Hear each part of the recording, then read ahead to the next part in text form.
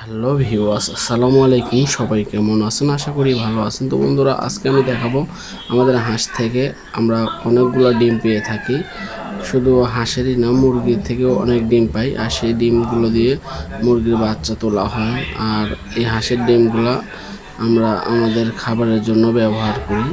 তো এই হাঁসের ডিম আমাদের অনেক উপকারে লাগে, যেহেতু আমাদের হাঁস মুরগি বাড়িতে অনেক আছে, সেজন্য আমাদের হাঁস মুরগির ডিম কিনতে হয় না, বাড়িতেই পাওয়া যায়। তার জন্য হাঁস মুরগি পালন করলে অবশ্যই লাভ হয়।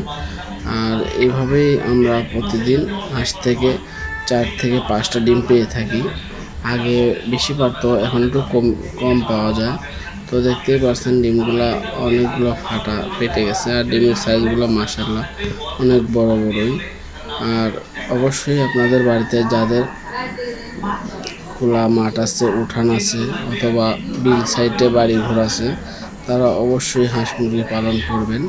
আর হাঁস মুরগি পালন করলে আপনাদের অবশ্যই লাভ হবে, কিন্তু লস হবে না। কারণ দেশি হাঁস মুরগি কোনো সময় খাবার দিতে হয় না, তারা নিজের খাবার নিজেরাই সংগ্রহ করে। তো এইভাবেই আমরা হাঁস থেকে অনেকগুলো ডিম পাই। যেহেতু আমাদের ঢাকা শহরে বাড়ি, আর আমাদের বাড়ির উঠানটা একটু বড়, আর তার জন্য আমাদের হাঁস মুরগি পালন করার জায়গা আছে, সেজন্য আমরা হাঁস মুরগিটা পালন করে থাকি। তো এই হলো আমার আজকের ভিডিও। তো অবশ্যই যার বাড়িতে উঠান আছে, হাঁস মুরগি পালার মতো পজিশন আছে, অবশ্যই আপনারা হাঁস মুরগি পালন করবেন। আর হাঁস মুরগি পালন করলে অবশ্যই আপনাদের লাভ হবে। তো এইভাবেই আমরা হাঁস থেকে অনেক ডিম পাই। আর আপনারা আমাদের চ্যানেলটা অবশ্যই লাইক দিয়ে সাবস্ক্রাইব করে পাশে থাকবেন। সবাই সুস্থ থাকবেন, ভালো থাকবেন। আল্লাহ হাফেজ।